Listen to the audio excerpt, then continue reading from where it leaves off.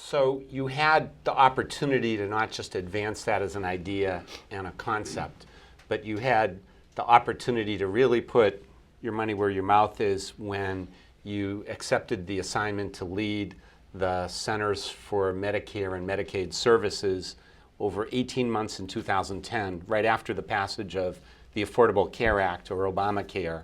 And you were, from being a uniter and a voice for all of medical care, you were in an agency and you were part of the Democratic administration of President Obama, and you were vilified by the Republican side, who referred to you as Dr. Rationing because of your work with the British National Health Service.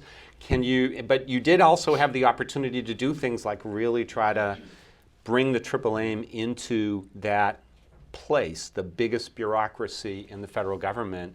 Can you talk about what that experience was like, the good, the bad, the ugly, what you took from it, what you learned, and what you hold on to that was most important from that experience now? Came out of the blue. I did not expect to be asked. Phone rang day after Christmas, and there was Senator Tom Daschle at that time, who thought he'd be HHS Secretary, asked me to run CMS. I said no.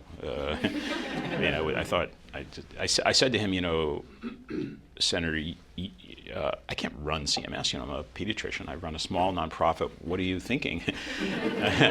And he said, Don, I don't want you to run CMS. I want you to change CMS. That was the kind of really interesting thing I started to think about. And then the new law came, so it just was not something I felt I could walk away from. I felt so lucky to get the chance, and I still feel that. It was an amazing, amazing part of my life.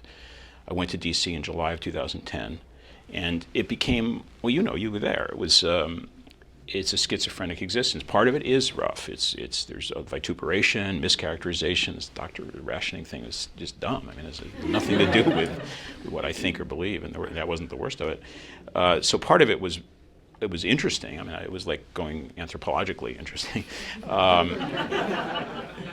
It kind of rolled off my back, though, because the other part was so good. I mean, I got to be part of the administration implementing the most important healthcare law since 1965, changing the whole profile of justice in America, making healthcare a human right, or taking a step in that direction. And I got to use what I've been telling you about improvement in that arena, and that was my intent.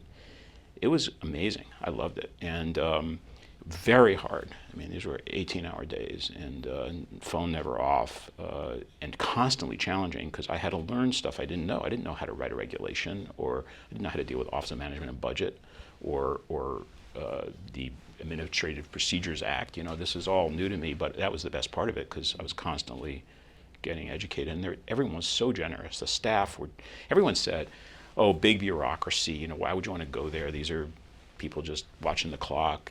Nah, they were 5,000 dedicated civil servants, and they wanted me to be successful, and I wanted them to be. So it was fantastic. I loved it.